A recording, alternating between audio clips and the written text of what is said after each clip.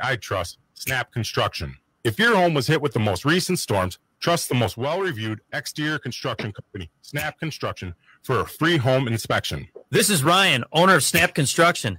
There are a lot of great construction companies in town. My advice is to take your time and do your research. Make sure they are locally owned and that they guarantee their craftsmanship for life. Also, you want to find a company that's been in business for at least 10 years. You want to work with a company that's going to be there long after the work is done. Snap Construction has handled thousands of claims and will help you through the process. Don't go with the out-of-town fly-by-night contractor. Most storm damage goes missed by the untrained eye. Trust Snap Construction for your free storm damage evaluation. For your free storm damage evaluation, call Snap Construction at 612-333-SNAP or visit them online at snapconstruction.com. That's 612-333-SNAP or snapconstruction.com. With your AM 950 weather, I'm Brett Johnson. A heat advisory remains in effect as we expect clear skies tonight with a low around 71, then Thursday sunny with a high around 88. Discover the best peach cobbler at Latunji's Palate. Enjoy gourmet desserts, sandwiches, and coffee drinks. Find Latunji's at 1400 Park Avenue South in Minneapolis. Satisfy your sweet tooth and support a social enterprise built with purpose and fortified with love at Latunji's Palate. More at latunjispalate.com. Portions of the following program may be pre-recorded. The views expressed and the opinions given by the individual host, guest, random reptoid, or chupacabra may not necessarily reflect those of AM 950 Radio, its affiliates, or its sponsors. Now, it's time to step into the unknown.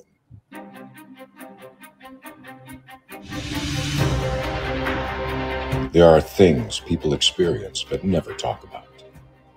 A shadow moving in the corner, flickering of the lights, a disembodied voice. We invite you to talk with us. Share your story, share your experience, because this isn't just your story. This is our story. This is Ghostbox Radio with Greg Bakken. And this is Ghostbox Radio on AM 950, where every night we talk about the paranormal, ufology, Bigfoot, and so much more. My name is Greg Bakken, and thank you very much for joining me tonight. Before we get started here, I don't think you all realize what I have to go through to bring you quality radio every night. And I've talked to you about the traffic and the roads and the people driving real fast and stuff. But getting to the station tonight, once we get past all of that, and once you actually get to the station, then you have the barriers of nature that surround this building that you can't seem to be able to kind of get around here. So we're kind of in a rural area, the station is at least, and I get out of my car and I go to the station, and it isn't until I'm right at the door that the security light kind of comes on. There is a light, but another security light comes on, and I look down and there are a couple snakes blocking the door for me to get in. And that's great. That's really great. And then I'm like, well, I'll just wait for him to move along. And of course, one kind of starts moving towards me, which, is frightening for me. And, obviously, I've made it, right? I clearly am all right, but still, you just don't know what you're going to find out here. Talking to my guests beforehand, we have turkeys that have been out here. We talk about the ant infestation, the great ant infestation of 2023. Sometimes there's the great popcorn incident that happens here as well. So there's a lot of stuff going on here. And I just need you all to understand what I do for you so I can bring you quality paranormal radio every night. And I hope you appreciate it. I'm just going to be very honest about it, to the point that we are talking about demons tonight. And I am very happy to have on with me tonight author Joseph Stewart, and the book that we are talking about tonight is Demons, A Secular View. A secular look. And honestly, first of all, Joseph, welcome to Ghostbox Radio. Thank you for having me. Oh, thank you very much for being here. You and I have been talking about you coming on here for, I think, 2 years, honestly. Yeah, I think it is 2 years. But we get around to it eventually, I guess, and that's not Joseph's fault, first of all, by any stretch of the imagination. It's one of how those things go. But I'm just like, this book, which I'm holding up for people who are watching on the Facebook feeds and whatnot. This is, first of all, through Schiffer Publishing. This is a beautiful book. It is a very well laid out, very handsome looking book, but it's, you know, it's all about demons and stuff. And these are these all firsthand accounts of what you've dealt with as far as doing it, you call yourself a demon hunter? Yes, they are all actual accounts that I attended, my experiences. You know, I find it interesting. I have a lot of people on here. They call themselves, and I'm not saying that like they call themselves demonologists. I mean, they are demonologists.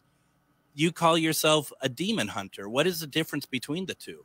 A demonologist studies demons, which I do. So I'm a demonologist as well. Okay. But the other thing that I do is I basically hunt them down. I have a website where people come to me, and we just take it from there. So people will come to you, and they're gonna tell you what's going on in their lives and what's happening that they may need your help to help them get rid of this situation. Correct. It's not always demons. Sometimes it's other things, but that's basically what we do. And the one thing that I always hit on when I think about this stuff is mental health. And I do run into a lot of that where it is, like you said, it's not always demons. It might be like, well, you know, there's something else going on here. I can't help you. Most cases where it's usually bipolar, because that's the most common. Sure. Occasionally, I've had several schizophrenic cases or affective schizophrenia, which is a combination of both of bipolar and schizophrenia. But you have to understand that the demonic is a predator, and it goes after people that it considers weak. And having a disorder like that makes them open for attack, as well as people that are psychic are also open for attack more easily than just regular people that don't have any abilities whatsoever or disorders. So if you're running into somebody who has a mental illness of some kind, that there's still a possibility that you can't turn that person away. You can't say that, well, it's because of this, therefore it's like we need to do more. We need to dig deeper to make sure, right? Yeah, I mean, we can determine if the demonic is there. And what we tell the people is that when we get rid of the demonic, your disorder is going to remain. It may be lessened somewhat because it exacerbates the situation, you know. And I've had rare occasions where it almost totally went away. Wow. But it's very complicated, and there's no there's no black and white like in the Hollywood movies. It's a very complicated thing. Now, you're not an exorcist, right? Well, what do you define as an exorcist? Well, and that is the question I'm going to ask you, because the way that I've always understood, and this is where I get confused, and organized religion seems to have a stake in this term, right? In whether rightly or wrongly, it seems that's like I hear that used in a lot of different faith and beliefs. So someone like somewhere like the Catholic Church puts a stake down saying that's our right. That is our right, RITE. Where do you fall within that? Yeah, it's exorcism that the Catholics do is proprietary to them. Yeah. Non-Catholic Christian religions perform what's called deliverance, which is little variations on that, which is basically group prayers and stuff trying to remove the demon. Mm-hmm. Okay. And what I do is called a binding, which is totally different. I don't go through the process of having to have the victim and a priest that can drag out for years trying to get the names of the demons and stuff to be able to take command. And the thing you got to understand is that at the time that they became aware of the demonic hundreds of years ago, the authority at that time was the Catholic Church. And so they put it in their perspective. Mm-hmm. They did a lot of fine work, but they just didn't go far enough with it. Sure. But it is in all cultures, in all religions. Right. And just it has has names. And I was going to say, because it has to be. I mean, this is this is as old as time, isn't it? I mean, to be able to get rid of evil, dark entities. Yeah, it's been with us since the beginning. Yeah. So, and that's the real interesting thing about it. Are you, when you're doing the binding, what does that, is that this, I mean, you kind of touched on it. Is that the same as an exorcism, or you mentioned that it sounds like it's not nearly as long as, say, a Catholic exorcism? Correct. It's not anything like a Catholic exorcism. It's just basically, it's true that if you have their names, that you have total control over them. You could command them to do anything. The demons' names? The demon's name. Okay. So I don't even have to be in presence of the people. I can be somewhere else. And once I have their names, and there's a whole lot of stuff that we do beforehand, but I go ahead and I summon the demons to myself. And when they come, I bind them to an inanimate object and I more or less make them inert. They're kind of like asleep in a coma type state. Sure. Immediately, it's out of that person's environment. Everything changes and it's permanent as far as they're concerned. Okay. And then you summon these demons, what happens to you then? Oh, I can get injured depending on the situation, because most times I've done a lot of this in the wilderness. I've had places in the past that worked out very well, buildings and things, a little bit more secure. But when I'm out in the wilderness, I have to make sure I'm at a place where nobody's around to walk in accidentally and get harmed. And sometimes, depending on the situation, if I had a group of demons and I take out maybe 4 out of 10 demons, now the other 6 demons are aware of me, and then when I get ready to do the binding with them, then they can attack me before I get set up to do the process. Are you doing? So yeah, I do get injured. Yes. Are you doing this by yourself? I have people with me off and on, but they don't last very long. I always got to help wanted post out. No, I work with my wife. She's a psychic, very good psychic, and she has the ability to communicate with demons and as well as ghosts. And she has the ability to divine their names. And sometimes I come up with the names. I'll come in dreams and things like that. That was going to be my question about how, if I mean, it seems like such an Achilles heel for the demons. If you know their names, you can control them. They're never going to want to give out their name. That was going to be my question about how do you get their name. So is there some other power that's kind of sneaking these names to your wife and you? Or, I find it very interesting that you both can possibly get them just through psychic use and development. Well, it's more like psychometry in a way, best I can figure in her case. Like, we have done cases over in Ireland and England and in South America and other places around the country. And sometimes we need nothing more than the picture of the individual, the victim that's being attacked, or we're talking to them on the phone. And just through that presence, she's immediately able to pick up what's going on and write these names down. And sometimes I'll come up with these names, like I said, in dreams and that. I guess the more I'm around them, the more I get connected. But sometimes my names are partial. I don't have all the name. I don't have it absolutely correct, but she corrects that. And she's been pretty much 100%. Wow. I mean, that's just incredible. I mean, that seems to me that you both have a bullseye on you. Yeah, in a way we do. Yes, we do.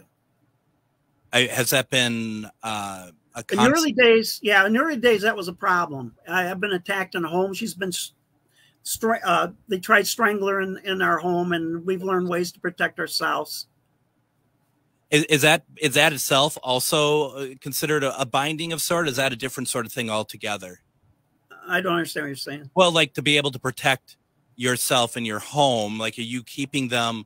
You're keeping them out. What does that entail to keep them out? Oh, things like hawthorn berries. You put hawthorn berries in your windows. That actually is a barrier to them. Salt is a barrier to them. certain symbols are a barrier to them, not necessarily religious. It depends on the individual that's being attacked where the religion part comes in. Sure. I mean, that's pretty incredible. What kind of injuries do you get in these sort of situations? Is it more psychological, or is it actually literally physical? Yeah, it's physical. I was the closest I came to buying the farm, as they say, was I was working on an El Salvador incubus, and I was going out to the wilderness, and I was down in the swamp area where I was going to do the process, and I was attacked by it. I had a backpack on with about 40 pounds worth of the equipment I was using, most of it salt, and it had me pinned to the ground, and I was just within feet of water. I would have drowned. I had my face right into the ground, and it was sitting on top of me, and I knew its name, so I was able to get it off me to complete the process. But yeah, that was a real close one. I've had my knee dislocated. I still got problems with that. They tried breaking my neck. It strained all my muscles in my neck. Bruised ribs, scratches, bites, all kinds of things. Wow. I mean, and it's what keeps you going? I guess it's because I know what they are, and you see what they do to even children. And I have the ability to help people in this situation. I'm not going to be able to do this forever. No. And therefore, that's my motivation to do it. I can help, so I'm going to help as much as I can. And that's why I wrote the book, was because I knew it was just too much for me on my own to do. And the book, hopefully people read it and be aware of it at least. And maybe some people will take up the mantle or take up the gauntlet and, continue on. So the book is called Demons, A Secular Look. And this is something that I do recommend people taking a look at this. There is a wealth of information and also a wealth of stories. And we're going to talk about some of these here. I also have coming up, I have in the queue here, Kyle has a question for you that we can talk about. And what we'll do, let's get things kind of moving here. Let's take a break here. When we come back, we got those questions. We're going to dive into the book. We're going to ask more about what Joseph is doing, because it's so fascinating. If you have questions, put them in the chat. You're listening to Ghostbox Radio on AM 950. Reach your highest level of consciousness and well-being with metamorphosisconnections.com. Metamorphosisconnections.com is an online directory of the best holistic and metaphysical practitioners to help you make your most informed choices. You can search metamorphosisconnections.com for classes, events, wellness and life coaches, plus metaphysical products and shops. You can also search for a wide array of healers from all modalities, including EFT, sound healing, energy healing, light therapy, ancestral healing, shamanic healing, reflexology, past life regressions, hypnotherapy, yoga, and more. And if you're not sure where to start, the search feature on metamorphosisconnections.com is tailored to help both those who know what they are looking for and those who are just starting. Come explore the possibilities for your higher self by visiting metamorphosisconnections.com. Their experienced practitioners can guide both beginners and those that are already on their spiritual journey. That's metamorphosisconnection.com, your link to direct you on your spiritual transformation. Eat Local Minnesota is a great way to find locally owned Minnesota restaurants and food purveyors. You'll find high-quality food and unique eating experiences with dishes from around the world. Just visit eatlocalminnesota.com for your next meal. Crooner Supper Club invites you to Maggie's Lounge, an exciting new bar lounge. It's open Wednesdays through Sundays beginning at 4:30 for cocktails and light fare. And you don't need a ticket to enjoy the great atmosphere of Maggie's. So stop by Crooner Supper Club off Moore Lake and Highway 65 for dinner, drinks, and live music from both big-name local and national artists. Cafe Latte combines a cafe dining experience with gourmet quality food. Plus, you can still do online ordering and takeout along with gift cards. Just go to cafelatte.com and choose from their ever-changing selection of award-winning salads, sandwiches, and soups. Cafe Latte is located off Victoria and Grand and online at cafelatte.com. What's up, pet pals? Coming up on Arden Moore's Four-Legged Life show this week, we will dive into the benefits of purposeful play for cats with Dr. Rachel Geller. We will share the tale of how a dog named Cooper led Tom Eriks to launch his company called Get Joy. Be sure to tune in. Catch the Four-Legged Life show Sundays at 2 p.m. on AM 950. And welcome back to Ghostbox Radio on AM 950. My name is Greg Bach, and tonight we are talking with author and demon hunter Joseph Stewart. We're talking about his book, Demons, A Secular Look. I keep wanting to call it a new book, but it is absolutely not a new book. It's just taken me years to get back in touch with Joe. So, but we got you now, Joe. So that's something.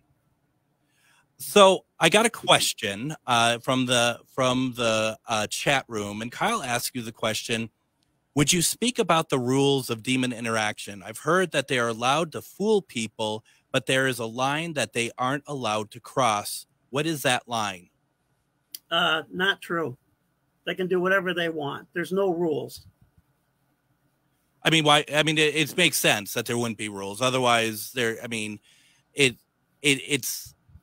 kind of a romanticized view, I think, of demons in a way, right? That like vampires, like they can't do certain things. They have to be invited in. Is that part true though? Like demons need to be invited in, or do they literally just prey on anybody? Demons prey on anybody. They're just like predators in the sense of looking for the weak and the sick. People with that are down and out, bad addictions, alcoholism, that type of thing. You name it. They're always out there looking for somebody. So, and yes, you can invite them in, but you don't have to invite them in to get demons. Right. It seems like, as you had said early in the program, they're going to focus on your weakness, right? That's what they hunger. That's what they crave, right? Correct. So now I got questions myself that are probably going to be, you're probably going to be like, wow, Greg, this isn't a great interview. I answer these things all the time. But I really feel like you're seeing something that I think a lot of other people who I talk to about demons, I don't think they see. And I'm curious about like what some of these situations, if you don't mind me asking some very parochial questions here tonight. But, first of all, you're pinned by one, as you said in the last segment. Yeah. What do these things look like? Whatever your nightmare dreams are, they're basically, you can't see their form because of the realm that they exist in. So basically it's a hallucination. You're seeing what is your greatest fear or your greatest desire. They can make it either way that they can use to manipulate you. Gosh, is there a way to know that it's a demon? I mean, it sounds silly to say, but I mean, boy, they could, if that's the case, that they can be around you all the time without you knowing, basically. Yes. Yeah. I mean, I suppose, perhaps they coexist with us is the best way to say it. They coexist with us. Great. And then, I mean, I suppose once they start, like, especially the ones who look like your greatest fantasies or whatever else, once they start luring you into doubting your moral compass or whatever else, I suppose that could be a sign that something's not right here. Yeah, you'll know eventually, because it may start off very nice and pleasant and promise you the moon. And usually they attack real young people, they're having a hard time in life, and they will be your best pal. And eventually they will turn on you. Sure. They're kind of I guess you would call them like an intangible, non-human entity. And they're driven by an egomania, extreme arrogance, and Machiavellian behavior. They're very manipulative. What is, I mean, the concept of Satan as far as a head of evil, a head of demons, is that part of all this, or is that something that is not even considered? I guess you can look at them like any kind of predator, I mean, they're feeding on us. Yeah. They're feeding on our energies and things. And it's very important to create that emotion of fear And with the sex demons, with sex, all that energy there, and that's what they're doing. They just keep feeding off from us. The demons are they're intelligent. I get that. I understand that. But would you say their need for chaos, their need to do what they do to people, is that no different than, say, the need of what a piranha needs to do, a need of what a shark or a tiger or a lion, that this is just in their DNA, so to speak, and that this is what they do? There's no demons that's going to turn and become good or anything like that. This is what they are. This is what their existence is for. This is their nature. Yes, this is their nature. The one thing about them is, and the reason I called the book A Secular Look was because if you start viewing the demons with the blinders of a religion, with their dogma, there's a lot of things that you're not going to see and going to omit that could get you killed. So you need to be open-minded and take it out of all that context and look at it for what it really, truly is. I think that's very smart. And that's kind of what I was getting at for sure when I was asking about like the exorcism and stuff. And, growing up Catholic myself, I mean, I find that all that stuff so fascinating, like the, Vatican and how all that works. But I also need, and I'm learning more and more as time goes on, that there is such a bigger view to just everything in general. This is not meant to put off any Catholics or anything. I'm not having to go at any religion, but when you're looking at something like this, you're going to learn real fast, I'm sure, Joe, that if you're just going to focus on any one religion, you're going to find yourself in a heap of trouble.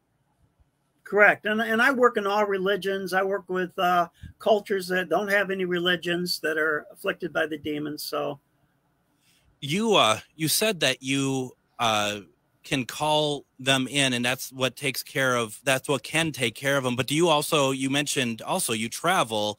How much do you do of that now? Do you still go out and travel to locations, or is it mainly more remote? Yes. I travel usually 1 or 2 states over sometimes, depending. But a lot of it is in the bigger cities, like Grand Rapids here or Detroit, especially. Mm-hmm. I mean, I got 6 new cases already. And this weekend I'll be going to Hazel Park, which is North Detroit, and Pontiac, which is also kind of north of Detroit, both Saturday and Sunday to work these cases. How do you keep up with it? I mean, you have to be exhausted a lot. I guess I'm in my stride. I've been doing it for a lot of years. So just knowing what we need to do and, dotting our I's and crossing our T's and being prepared for anything. And you really do. You have to be absolutely ready for anything. You got to bring your A game every time. Every time. There's no room for error. No, because what they do is they're very masters of, of distraction. If you read that Tennessee case, you'll see how they were distracting people from their task, as well as the Ypsilanti case. You'll also show where it stops the people from doing their exorcism by distracting them with a painting. I think it was a picture of a demon, a painting everybody was fascinated with. And thank you for telling me how that's pronounced. I had been looking at that, and I was like, I'm like, what is that? Yeah, we have a lot of Indian names around here.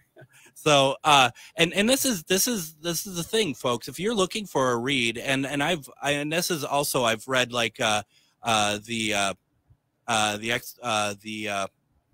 forget the name of the book off the top of my head, but it's about Ed and Lorraine Warren, and they're talking about their cases and stuff. If you're looking for a read like that to understand what happens in these actual cases, this is why this book is really interesting and really good, because I mean, that's what I like to read. I like to, it sounds really kind of lame actually saying it out loud, because sometimes you read this stuff and you do get scared, and that's kind of the interesting, dare I say, fun part of it, but there's nothing fun about what you do. Yeah. I mean, and I feel bad. I feel bad about that, because it's not, it's his education, not entertainment, but it's still like, this is like, you get scared by watching The Exorcist. Well, this is what's really going on. And like you said, the way of of taking the focus off of one thing and putting it to something else, to kind of take away the attention. And, you know, I've seen that also as a paranormal investigator. I've seen that too, just in cases, not demonic by any stretch of the imagination, but I've seen that. And you look back later and you're like, oh my gosh, I totally fell into it. I mean, do you run into that? Are you really good now that you pick up on that right away? Yeah. I mean, I did ghost hunting for, over 40 years. I started back in the 60s when it wasn't popular. Hans Holzer, which, you know, Dave Schrader had that show about. I studied a lot of him in the early days. And I'm sure I ran into demons. Now I look back at some of these cases. I know I have, but they don't want you to know about them. If you don't know about them, they can do anything they want. And you'll be none the wiser. That's correct. That's how they work. Absolutely. So tell me about, kind of veering off a little bit, tell me about what paranormal investigations was like in the 60s. What were you doing? How did that work? Well, we didn't have all the equipment that you have today. Used a reel-to-reel tape recorder. Yep. They made smaller ones you could take into the field. It's, you know, investigating, getting the information, doing historical investigations, taking good notes, having experiences in that, 35 millimeter photography. We didn't know much about EVPs then, but occasionally you could hear something, you know, on the recorders. And you just tried to help the people as best that you could. Not like you can today with all this technology now. It makes it so much easier, you know, to do it. Right. I mean, do you feel like the technology is good, or do you think I mean, you mentioned that you think that it's gotten a lot better to help people, so it's the equipment and stuff seems to be kind of a positive for you? Well, it can be a positive. I mean, I prefer using a good psychic. Absolutely. I mean, there's some out there that just can really connect to that world and what they're saying. And believe me, I've done hundreds and hundreds of hours of EVP work and stuff. And it's just a lot easier to use a psychic and tune in really quick to what's going on. I have a couple reel-to-reel players that and recorders that I take out on occasion, because for that very same reason, I like to sometimes record onto analog opposed to digital and see what I can get. And it's really kind of cool. Except that if you took 2 hours recording, it's going to take you 2 hours to download it into your system. I know. Yeah, I've been there. I know. And the fact too, I don't want to reuse the audio tape either, because I'm afraid it'll bleed through and all that stuff. So no. You get your best EVPs in the analog. And that's why I say once in a while I bring it out there. It's a pain. So when was it then that you're doing all of this investigation and stuff? And Hans Holzer, absolutely. I've just, as you may or may not know, we just did an event with Dave Schrader. We talked a lot about Holzer files, and I've got a lot of his books that I've been reading as well. When was it for you that demons started to come into the picture? 2009. I was doing a haunted house. And it was revealed later on that a woman was being basically raped by a demon. She was Catholic, and I didn't believe in demons, but I knew that ghosts can get very feisty and nasty, depending on how they are in life. That's the way they are in death. Yeah. And so that's what I thought it was. And then it got revealed to me when I went and investigated the previous house that she lived in. That was an incubus that was actually attacking her. And I did not believe it up to that point. And then it was face to face with it. And then I had to believe it. Was it at that point that you decided that I need to play a role into helping people? No, it wasn't like that at all. A friend of mine who was the woman's boyfriend, this thing he was defying it, trying to protect her, and it was literally eating him away. He was almost like a Holocaust victim, and it was going to kill him. And so I knew it existed, and I had to figure out, how do you fight something like this? And you go to like the internet and you start looking, and then you say, anybody can say anything out here. So I got to know if it's real or not because I can get killed out here doing this. So, absolutely. Yeah, it was a long learning process, and that's what the book basically does. It goes through my whole process and learning how to finally do what I do with demons.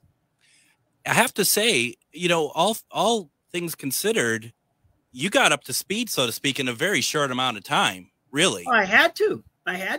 It came after me. Yeah, that would do it, wouldn't it?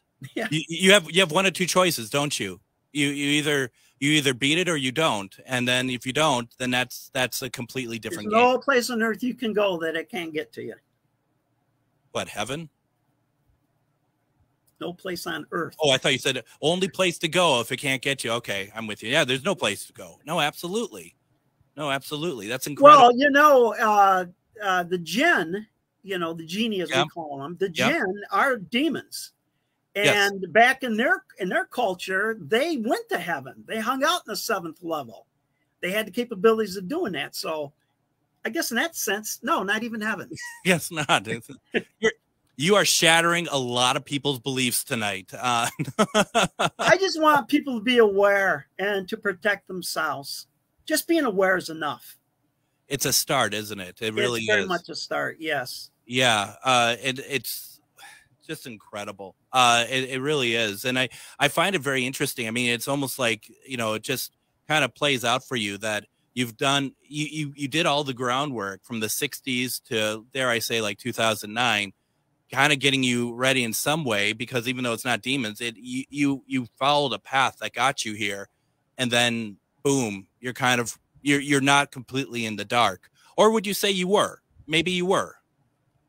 Well, when it came to demons, all I knew was just somewhat, you know, the movies and Hollywood. That's all I knew. And I knew that was fabrication and exaggeration. Yeah. And so I just started studying it. The book is not a regurgitation of all the stuff beforehand. It's actual, you know, experiences that I had, that I learned. I studied their behavior to learn how to control them.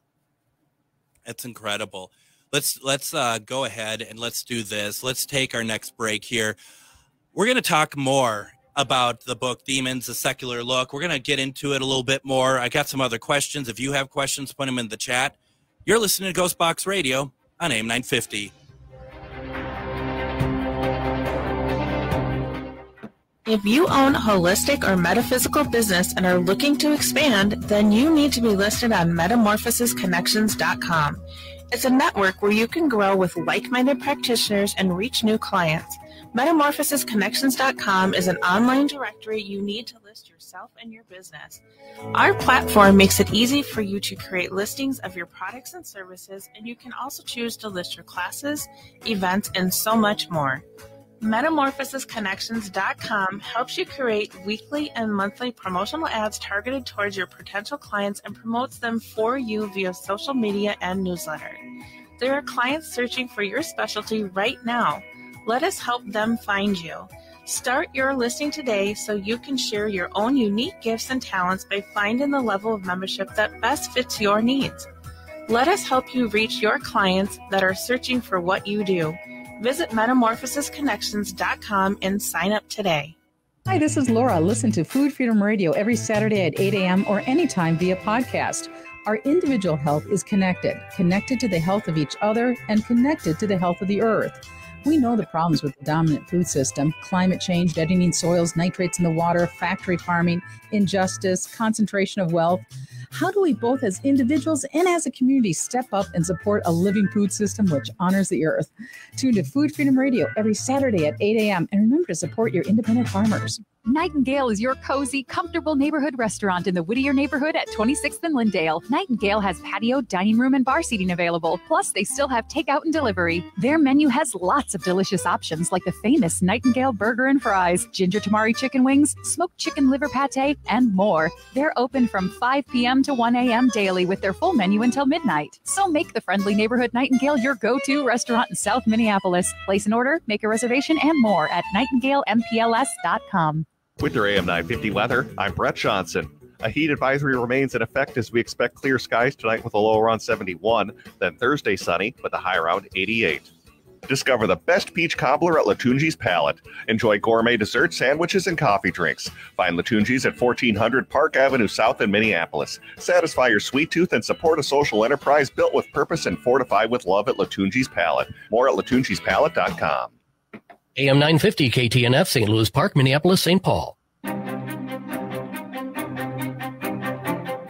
And join us tomorrow on Ghostbox Radio with Greg Bakken. We are going to run an episode that we just recorded last Saturday at the Anderson House with Dave Schrader. You may have heard me say once or twice that we had this event with Dave Schrader coming up. Well, it happened last week, and we recorded an episode that was a kind of a Q&A with him, that the people in the audience had questions for him. We read them to him. He answered. It was a really fun episode, and we recorded it. It's going to be airing tomorrow. Yeah, it's not a live episode, but it's really a lot of fun. I ask you to definitely check it out. It's great. Dave was in great form. So it's a really fun look into how he thinks about stuff, and we go deeper beyond just paranormal. We are talking with Joseph Stewart, author, Demon Hunter. We're talking about his book, Demons, A Secular Look. We're getting kind of, this is, for those of you who've been listening and we talk about demons and possession, all that, I feel like this is a very different take than what we talk about. Some of it is obviously very much the same, and others it's a unique, kind of a fresh perspective, I think, and I'd love to know your thoughts on it as well. And Joe, I just find this to be, I'm so fascinated, and I have a lot of questions that are just so, probably very basic, but I find it so interesting. Do you have in the book, there's a lot of like illustrations and stuff. Do you have actual pictures of anything that's surrounded by these cases you do? We have videotapes, no pictures. A lot of these things were not visible to us. There were psychics that were there present that had seen them, and I had an artist do the drawing based on their sightings. Sure. And confirmation that's what it looked like.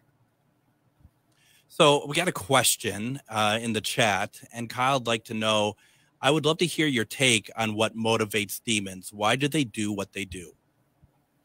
Hatred. Consider something that's extremely arrogant, and it looks at you as that you are inferior to it. And then consider that if you know their name, you can totally control them. And they're arrogant and you're inferior. That creates hatred for you. Is it hatred also of them for you and us not being them? We're not their kind. No, I don't think so. They fight. They hate each other. They fight each other. I mean, I use that to my advantage. Right. A lot of times I got a lot of leverage with their psychology. You mentioned that they work in groups sometimes, or at least they appear in groups, but does that mean that they're working together or that they're just together? It's no, they have a leader, but they're always trying to usurp that leader. And it's kind of a loose gang, but it's not very well organized. It's very chaotic. And you can imagine filling a room full of arrogant people and then give them a task to do. You can imagine what happens with that.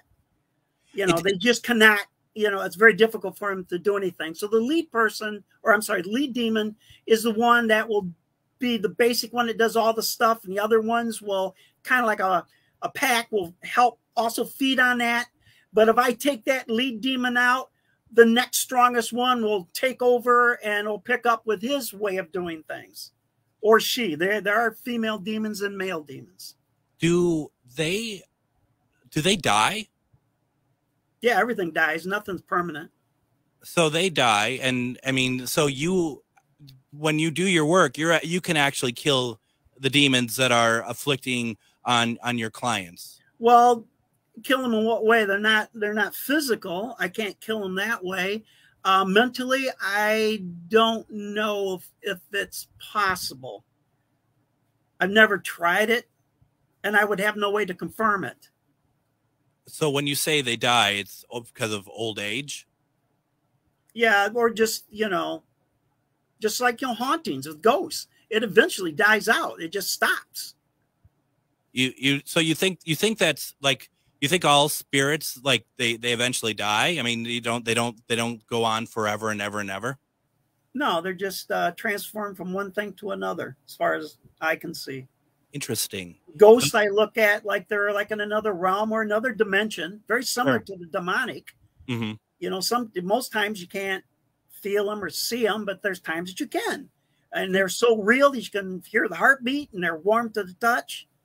It just, you know, and I don't understand how that phenomenon works. I've been researching it, but, you know, going in the realm of quantum physics to help explain some of it.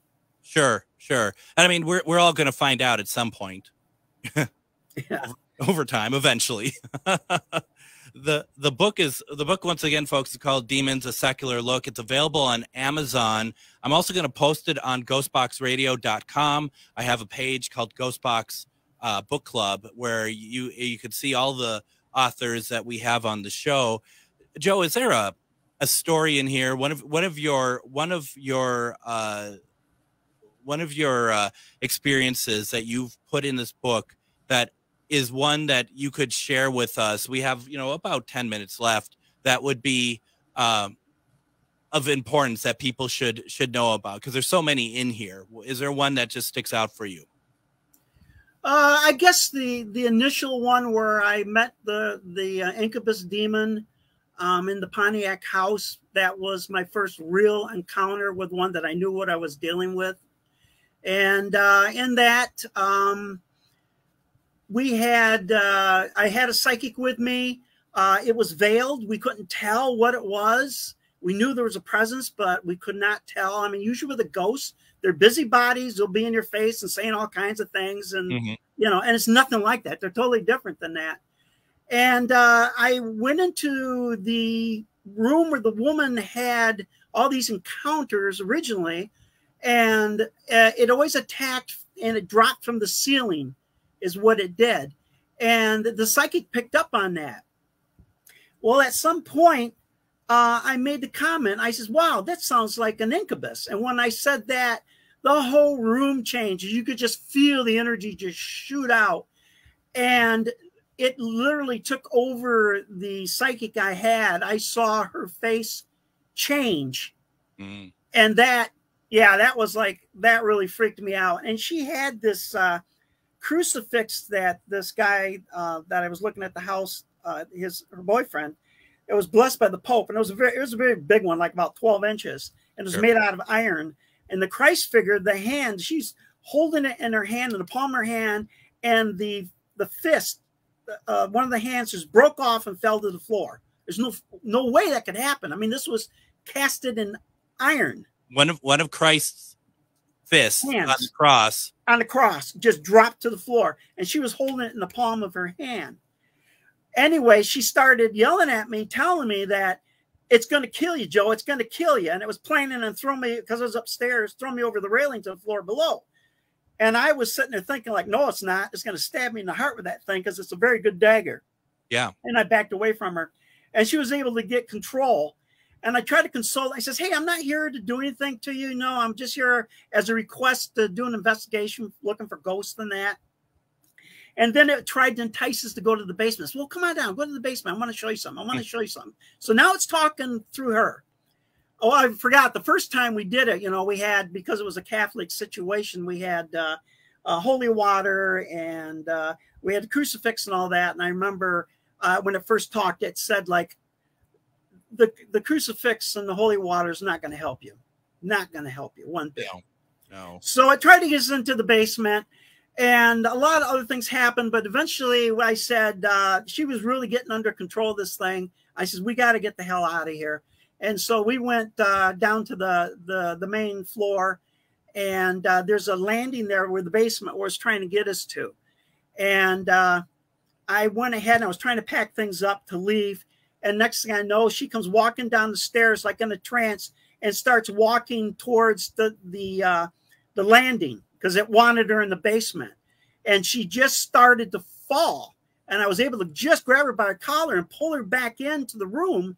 And that's, or up the main stair. And that's when this black mass formed, this, what they call a black shuck with these red eyes, and you could hear it creaking on the floor. It's foul breath. And I mean, it was a hallucination, but it was a shared hallucination. Sure. That's how strong it was. And later on, she told me that that was one of her big fears, because her family's from England, was the black shuck. So that manifested. And then as we said, we got to get out of here because it really was influenced us badly, we went and left the place. We went to a fast food place. We wanted to get some coffee. As soon as we pulled up, all the computers went down. And they said, well, we can't help you. I mean, we don't understand what happened. And she told me, she says, we got to keep going. It's still under the influence. We're still under an influence. So we went a few more miles. We went up to a McDonald's, and they lost all their power. So we left there, and we drove another like 10 miles. We got to this one place where finally it didn't affect us. So that's kind of a highlight of my first introduction to the demonic. You had to outrun it, basically. Yeah, outrun its influence. I mean, it's very powerful. And when I took a Detroit group back in there to do an investigation, this guy's wife was attacked by it. And I have it all on video where she is just, she's, oh, it's the most wonderful thing. It's so pleasurable. There's nothing bad here, I was getting ready to rape her. And the husband was like, no, it wouldn't do that in front of us. Are you kidding me? It'd probably get off on it. Yeah. Doing something like that. So it was 3 encounters that we had in that house till we finally took it out. I'll tell you what's interesting is about a month ago, just over a month ago, something similar happened at an investigation that we were at, a few of us were at, and doing a method where someone was basically channeling. He would keep saying, come to the basement, bitches, come to the basement. And, and for the rest of the night, he kept saying, and he was seeing it not because he thought that he probably didn't realize he was under the control of this, of whatever this was. But the point is that he kept saying, you know what, I want to go down there and I want to basically, kick its ass. Basically, I want to go down there. I want to go down there. And I had to keep telling him over and over again, we're not going down there. We don't go down there, because he didn't just say, come to the basements. He said, divide and come to the basement, bitches. Yeah. And he said it on 2 separate sessions. And, I'm not saying that that's demonic, but I am saying that that is a tactic. And, to your point, you got to listen to that stuff. And some people feel like they want to be heroes doing this stuff, and they don't in the slightest understand what's waiting for them. Right. And I think that basement in our case was its stronghold because they seem to feed off the electrical system as well. And that's where the power box was. And when we did the investigation, the electricity, the electrical field was just off the charts. And we had to call it. They thought, oh, it's a bad ground. And I says, no, it's the entity that's creating this. And they checked it out and everything was fine. Once the entity was gone, the house was absolutely normal. Yeah, no, and speaking of energy as well, we had kind of a safe room in this place, and they had a monitor in there. This is where we would go and hang out, and hopefully that nothing would come in and bother us. It had a monitor, and it had all these pictures of a security imagery throughout the house. And we were talking, and he's, once again, we got to go to the basement. We got to go to the basement. The monitors changed from 8 images to 1, and that was of the basement. Yeah. Just like to laugh. Yeah. No. And it was, I mean, that's a common sense one. that is a common. Well, I'll tell you, he did change his tune right away. He's just like, nope, I get it. Nope, we're not doing that. That was too see and say, I think, for all of us, where it's like, yep, that's not going to happen at all. Yeah. And we have just a couple minutes left. With the situation that you're talking about, I'm trying to understand if I heard this correctly. This entity got angry with you because you identified it as incubus. I mean, that you identified it at all. Right. Like I said, the demons want to keep hidden. They don't want you to know they exist. And when I called out for what it was, it lost its temper and it got very angry. And its first instinct is to take me out. Wow. And that's, and yet after all of that whole incident, you decided to keep going. Well, you just run into more and more people that got all kinds of problems, and they got nobody to turn to. I mean, nothing against the Catholics, but the church is just the politics. Even though they have a exorcist in all the dioceses, they don't want to do exorcisms at all. No, they don't. No, they don't. And the amount, but they got nowhere to turn. And I really feel sorry for them because, they have such faith in their church and that. And then when this happens, they just get turned away. And then I have to go in and take care of the situation. And I would at least say, well, why doesn't a priest come out and at least bless the house or something, to be with their parishioners? But they don't do it. And I'm not bashing priests or the religion, but I've heard more than one occasion of priests coming out there to do the blessing, seeing something they don't like, they keep their mouth shut and they leave. And that doesn't help anyone either. No.